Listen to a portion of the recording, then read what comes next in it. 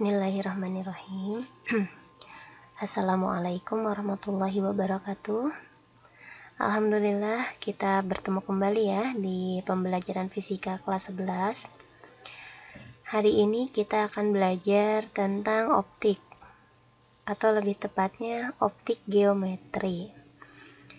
Nah, di pembahasan optik ini kita akan membahas tentang fenomena perambatan cahaya, khususnya gejala pemantulan dan pembiasan, beserta alat-alat yang menjadi aplikasi ya dari pemantulan dan perambatan ini.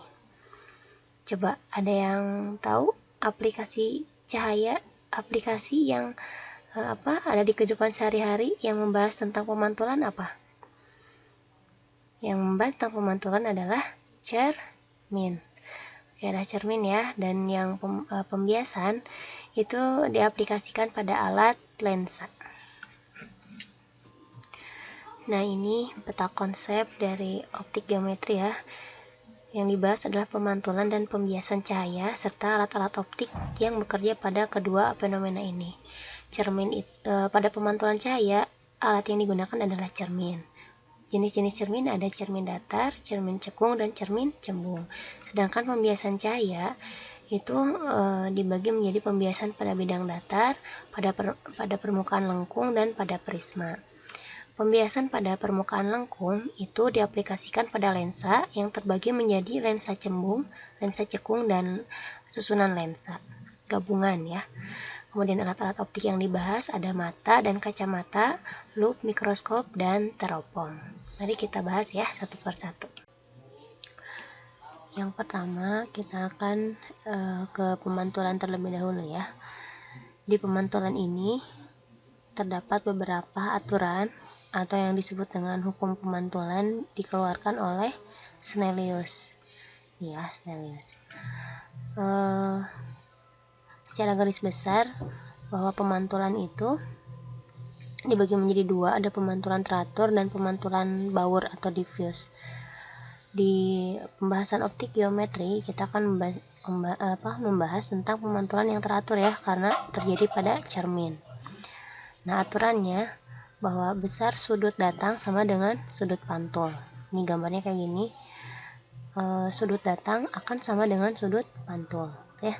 Dan sudut datang, sudut pantul beserta garis normal itu berada pada bidang yang tegak lurus gitu ya. Nih, tegak lurus kayak gitulah ya. Ini cerminnya, permukaan pantulnya di sini. Nanti perhitungannya, kalau mencari sudut udah aja I sama dengan R, atau sudut pantul, sudut datang sama dengan sudut pantul. Ini mah sebetulnya sudah pada tahu ya, dulu juga sudah pernah belajar tentang sifat pemantulan. Pemantulan pada cermin itu terdiri dari pemantulan pada cermin datar, cermin cekung, dan cermin cembung. Kalau yang cermin datar itu sebetulnya sudah sering kita lakukan ya di kehidupan sehari-hari, seperti bercermin dan lain-lain lah. Kalau yang cermin cekung dan cermin cembung itu biasanya aplikasinya itu pada kaca spion atau pada alat-alat yang lain lah. Cermin cekung itu bersifat positif karena mengumpulkan cahaya atau disebut dengan cermin konvergen. Ini ilustrasinya kayak gini. Ini yang oranye itu cahaya datang, kemudian cahaya datang mengenai bidang pantul cermin cekung itu dipantulkan menuju satu titik gitu ya, menuju titik fokus. Nah, karena sifatnya mengumpulkan cahaya jadi tambah menyatu gitu ya, tambah cerah di sini. Makanya cermin cekung ini disebut dengan cermin positif atau konvergen. Kalau cermin cembung itu sifatnya menyebar. Kalau misalnya ini cahaya datang, nah si cahaya pantulnya itu disebar keluar gitu ya, melebar. Jadi biasanya kalau kita bercermin pakai cermin cekung, biasanya kita jadi tambah kecil gitu ya, tapi kalau pakai cembung kita jadi tambah besar gitu, karena tadi sifat pantulannya adalah menyebar. Disebut dengan cermin negatif atau cermin divergent. pemantulan pada cermin datar. Sifat bayangan yang terjadi pada pemantulan cermin datar adalah maya, tegak, sama besar dengan bendanya, berlawanan arah dengan benda, jarak benda sama dengan jarak bayangan. Ini ada istilah maya. Maya itu artinya adalah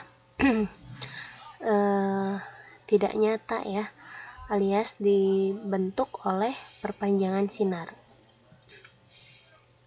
Jadi maya itu biasanya berada di belakang cermin gitu ya. Jadi pembentukan bayangannya itu ada di belakang cermin. Maksudnya nantilah kalau di pembahasan cembung nanti kita bakal lebih paham nih apa itu maksudnya dari maya. Atau maya itu bayangannya itu dibentuk dari garis-garis pantul. Kebalikan dari maya adalah nyata. Kalau nyata itu dibentuk dari sinar-sinar datang ya. Oke, itu ya. Sekali lagi, kalau yang maya itu bayangannya itu dibentuk oleh sinar pantul. Kalau yang nyata bayangannya dibentuk oleh sinar datang. Kemudian pasti tegak ya. Dan jarak maupun besarnya itu selalu sama.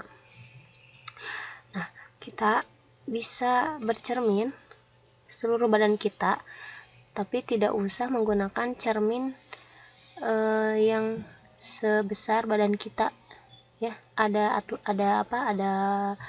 rumusnya. Misalkan dengan cermin yang ukuran setengah badan tapi bisa menghasilkan bayangan kita yang seluruh badan gitu ya. Nah, caranya itu kayak gini. L sama dengan 1/2H. Panjang cermin minimal agar bayangan penuh. Jadi kita kalau mau bercermin, pengen kelihatan semua badan kita, tidak harus menggunakan cermin yang panjangnya sebesar badan kita juga gitu ya. Ini ada batas minimalnya, yaitu L sama dengan 1/2H, dimana L itu adalah panjang cermin, 1/2H itu adalah tinggi badan yang akan diukur gitu ya. Ini rumusnya.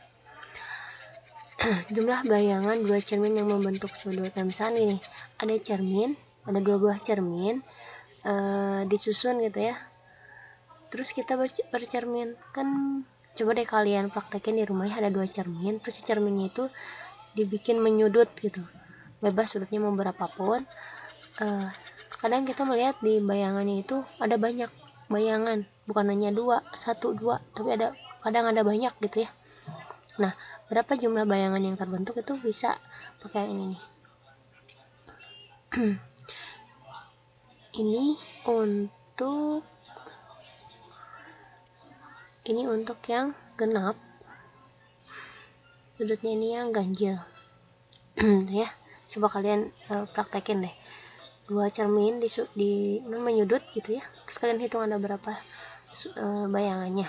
Nanti coba aplikasikan ke kedua rumus ini. Segitu dulu kayaknya ya untuk pertemuan sekarang. Mohon maaf banget nih, Ibu rada dadakan gitu ya bikin videonya. Gini aja deh, coba kalian cari referensi lain ya yang membahas tentang pemantulan pada cermin. Nanti kita bahas di grup gitu aja ya. Ini mau untuk sebagai pengantar aja. Mohon maaf ya, Ibu nggak bisa lama-lama karena harus kerjain yang lain lagi deadline. Mudah-mudahan semuanya diberi kelancaran ya di kegiatan Ramadan ini. Sekian dari Ibu. Wassalamualaikum warahmatullahi wabarakatuh.